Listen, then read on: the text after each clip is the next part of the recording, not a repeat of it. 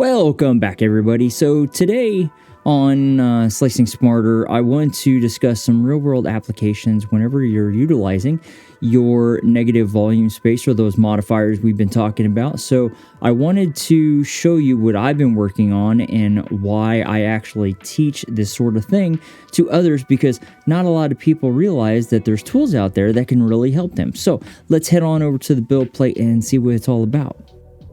All right, so on the build plate, we have just a standard regular Core 1 build plate. And then what I'm going to do is I'm going to scroll down off screen where you can't necessarily see it. I'm going to snag a very, very large project file that I've been working on, and boom, there it is. Okay, so this is an object that I've been working on lately, and it's just a small diorama. Oh, words are hard. Anyways, it's a very large project, and it's not going to fit onto my build plate, but I wanted to kind of pre-slice it without destroying or completely messing up the entire model in my modeling program. I am using Nomad Sculpt. There's others out there such as ZBrush and Blender, but I just found one that works on my iPad, so I use Nomad. Okay, so on this one, as you can see, once again, it's not going to fit onto the build plate. So what I'm going to do is I'm actually going to create a fake build plate. Okay, so what I'm going to do is I'm going to scroll up here to printers, and then I am going to click on where it says save preset, and then I'm going to save it something ridiculous. Okay, so I'm going to save it with this preset right here with a Core 1 XXXL, and then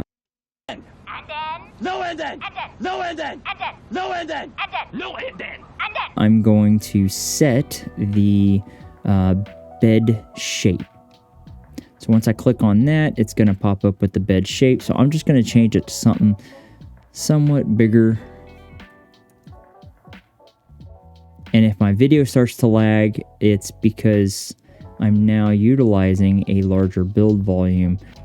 So this has quite a large amount of polygons and facets. Okay, so if I click slice, sorry, this does take a minute.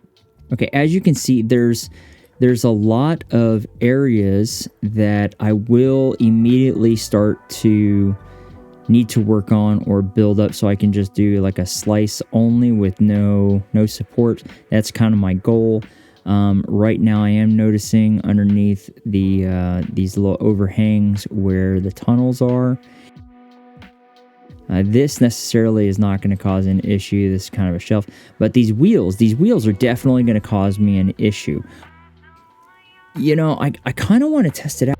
I want to test out that little section and send it over to my build plate, actually print it out on some PLA and see if it works. Okay, but what I don't want to do, slice up this entire thing. Okay, I want to click on Command 5. Now that gives me the model, and then I'm going to go to the cut feature. Also, you can press C on your keyboard, and then I'm going to drag this, and utilizing the arrows and the quick snaps, I'm going to drag this into an area that I want to cut. I'm going to keep orientation, and I'm just going to perform cut. Now, when it does that, now I have my two projects. I'm going to completely hide this one off set, and now I've got just that one little section I want to use. Now, I will have to fix the bottom, because right now I've been modeling it up, so some of the bottoms are not quite fixed properly, and I have little artifacts kind of sticking out there. So what I'm going to do is I'm just going to drag this down just a little bit, so that way it's flush against my build plate there. That'll give me a nice build plate adhesion. And then I don't want to kind of do this portion right here. So instead of making another slice, I'm going to right click on the name area. I'm going to click on the name, and I'm going to add my negative modifier. Okay, we talked about these things. I'm going to add my negative modifier. Then I'm going to hit S on the keyboard and scale it to the size I want. I can hit M and kind of position it where I want to.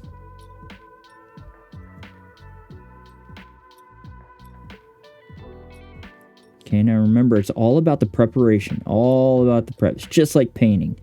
Okay, so this is the area that I want to pre-slice. I don't want the entire thing. I just want to test just the skateboard. Okay. So once I've got the area I want to test out, I've got my negative modifier in place. I'm going to click on an actual printer that I have set up.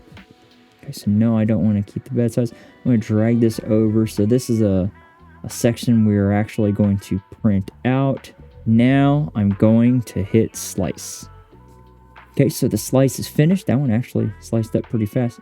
The main reason why you do this, okay, number one, you can take an object that you've been working on in a separate program without slicing, dicing, combining all those extra processes and procedures that you're going to have to do before you get over to the build plate just to get that small little section over there just to do a test print. You can import as much as you can over to Prusa Slicer in one file, just combine it as one file on the export, slice and dice it up in Prusa Slicer, and then from that point, only add your modifications and print the items that you actually need printed. Now, you're not going to remember any of this that I just showed you, okay? Unless you're doing it every single day, you are not going to remember. So down below, hit the save button, like, subscribe, do all those other things the YouTubers tell you to. Now, if you found this helpful, share it out to somebody else that might need help. If you like the content and want to see more of it, go ahead and hit subscribe, add notifications bell down below, and you can see other videos I produce later on. Anyways, folks, I'm Dabble Dad. Like I said, slice smarter, and I will see you guys in the next video.